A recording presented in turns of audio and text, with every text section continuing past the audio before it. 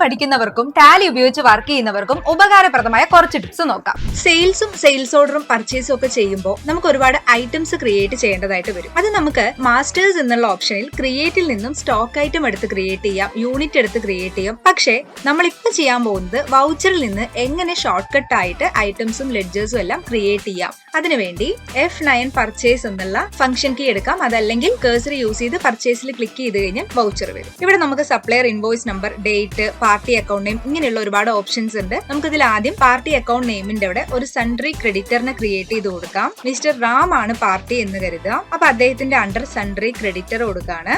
Then ബാക്കിയുള്ള options ഒന്നും set ചെയ്യാതെ കൺട്രോൾ അടിച്ച് സേവ് ചെയ്യുന്നു. ഇവിടെ വന്ന് റിസീവ് ഡീറ്റെയിൽസ് തൽക്കാലം സ്കിപ്പ് ചെയ്ത് കൊടുക്കുന്നുണ്ട്. പാർട്ടി ഡീറ്റെയിൽസും സ്കിപ്പ് ചെയ്ത് കൊടുക്കുന്നുണ്ട്. ഇനി നമുക്ക് പർച്ചേസ് ലെഡ്ജറിന്റെ അവിടെ പർച്ചേസ് എന്നുള്ള ലെഡ്ജർ ക്രിയേറ്റ് ചെയ്യണം. സോ നെയിമിന്റെ അവിടെ നമുക്ക് പർച്ചേസ് എന്ന് കൊടുക്കാം. അണ്ടർ പർച്ചേസ് അക്കൗണ്ട് കൊടുക്കാം.